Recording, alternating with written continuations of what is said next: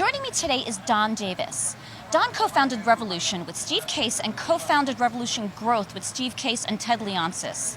Revolution focuses on investing in and helping build disruptive digital companies in media, gaming, entertainment, and sports. Don's also co-founder and chairman of Professional Fighters League, a mixed martial arts league. Don, thank you so much for joining me.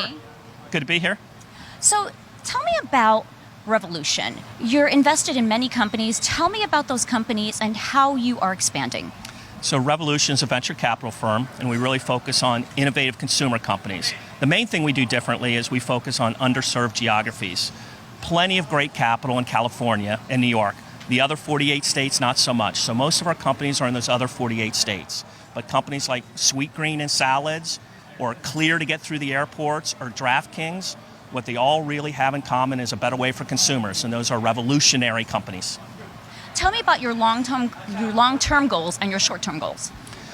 Well, at Revolution, we back great entrepreneurs with great ideas. It's that simple. And you just work actively to help build those companies. Now, the specific focus we've been on lately is digital sports, digital media. So investments in esports, and then most recently, the Professional Fighters League. Okay, so you mentioned Professional Fighters League. You recently secured a $30 million Series C round of funding. How are you planning to use that money? How are you growing the PFL? What makes the Professional Fighters League different is in the UFC, a promoter chooses who's going to fight. In the Professional Fighters League, it's like every other sport, win in advance. So fighters compete in a regular season, playoffs, and championship. You win in advance, so it's just like the NFL and NBA.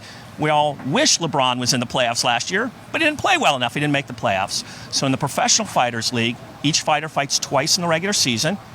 The top 8 advance to the playoffs. It's kind of like March Madness meets MMA. So our last round of funding was to secure great athletes, to expand our media presence. We're now in 150 countries with great TV partners. We're on ESPN TV. Thursday night is MMA night on ESPN2.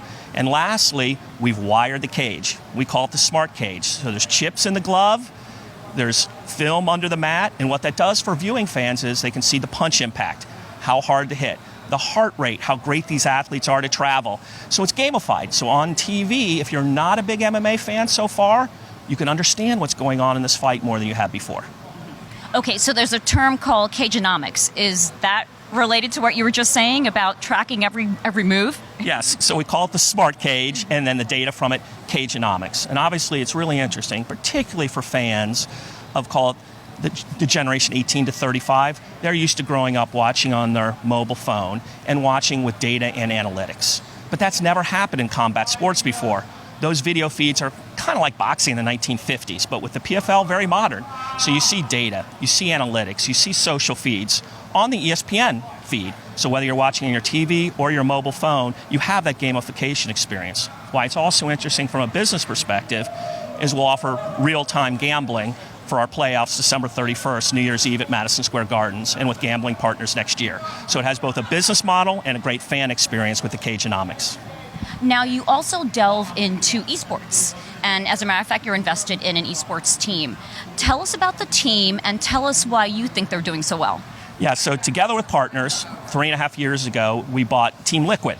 And why it's so exciting is it's really like the New England Patriots of esports right now. 2 weeks ago, Team Liquid became the #1 most winning team of all times in terms of tournament wins and money, which is a big deal because the Asian teams, the Korean teams, have historically been dominant. And this is the first North American team to have done so well.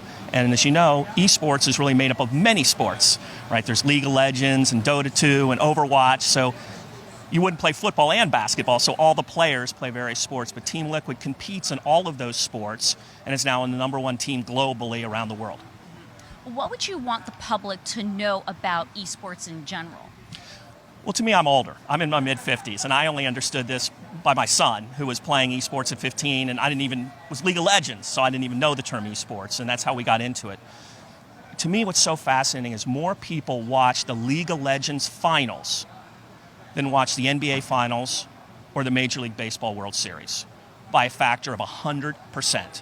So most of us in the United States would say, no way, because for us, esports is still a niche. But when you look at globally, 80 million people watch the League of Legends finals, streaming on Twitch or some other streaming platform. And for us, the NBA finals or the World Series are the kind of the biggest thing there are, but only 35 or 40 million people watch those. So I think esports is really kind of in the second or third inning, to borrow an analogy of the game, and it's really, really just starting in terms of its business evolution in the United States. Now, let's talk about you. You really have a very fascinating career. You started really many years ago, but at age 29, you were the youngest counsel in Major League Baseball. You were the counsel for the Chicago Cubs. Yes. And you were negotiating player contracts.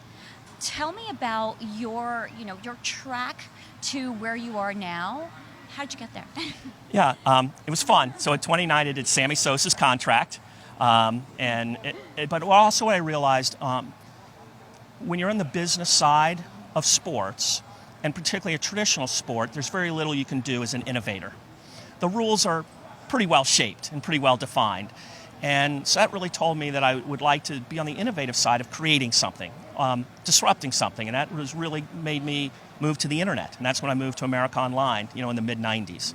And I think in this world, you're kind of either a defender or an attacker. And defenders kind of keep the status quo and like things the way they are, and attackers want to do things different and want to change things. And I just found, historically growing up in a traditional household in Cincinnati, I was probably a defender, traditional mindset. And as I grew up in business, I just thought this attacking, innovative, changing mindset was very interesting. That really drove me to the internet at AOL and disruptive business models and working with innovators and even becoming an entrepreneur myself with the Professional Fighters League as I grew older. And that's really changed everything for me. Don, it's been great chatting with you. Thanks for joining me on the NYSE floor. Thank you.